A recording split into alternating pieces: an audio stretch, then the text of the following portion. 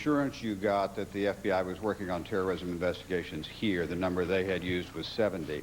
But we learned today in the September 11th hearings that the acting director of the FBI at the time now says the FBI tells him that number was wrong, that he doesn't even know how it got into your PDB, and two of the commissioners strongly suggested the number was exaggerated.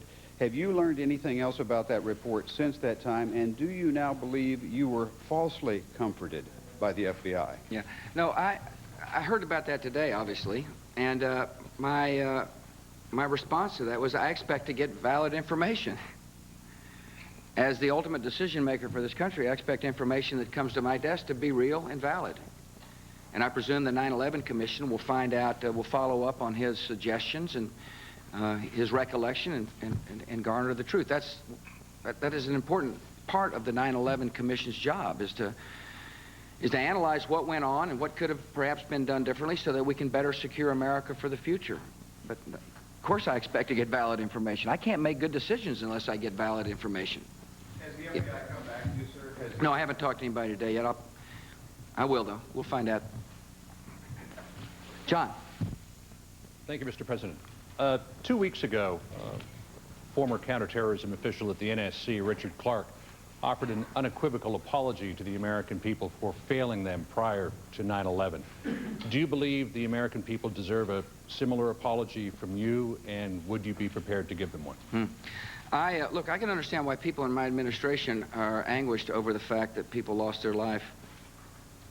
I feel the same way. I mean, I'm sick when I think about the death that took place on that day.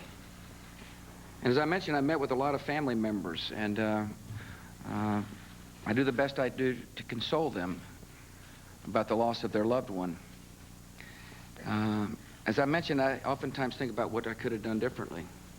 I can assure the American people that had we had any inkling that this was going to happen, we would have done everything in our power to stop the attack. Here's what I feel about that.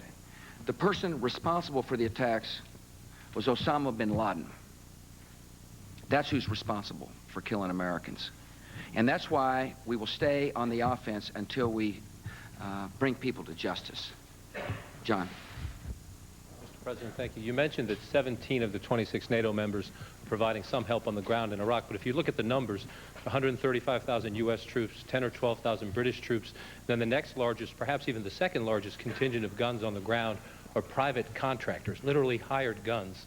Your critics, including your Democratic opponents, say that's proof to them your coalition is window dressing. How would you answer those critics? And can you assure the American people that post-sovereignty, when the handover takes place, that there will be more burden sharing by allies in terms of security forces? Yeah. John, my response is, I don't think people ought to demean the contributions of our friends into Iraq. People are sacrificing their lives in Iraq from different countries. We ought to honor that. And we ought to welcome that. I'm proud of the coalition that is there. These are people that have, the leaders have made the decision to put people in harm's way for the good of the world. And we appreciate that sacrifice in America. We appreciate that commitment.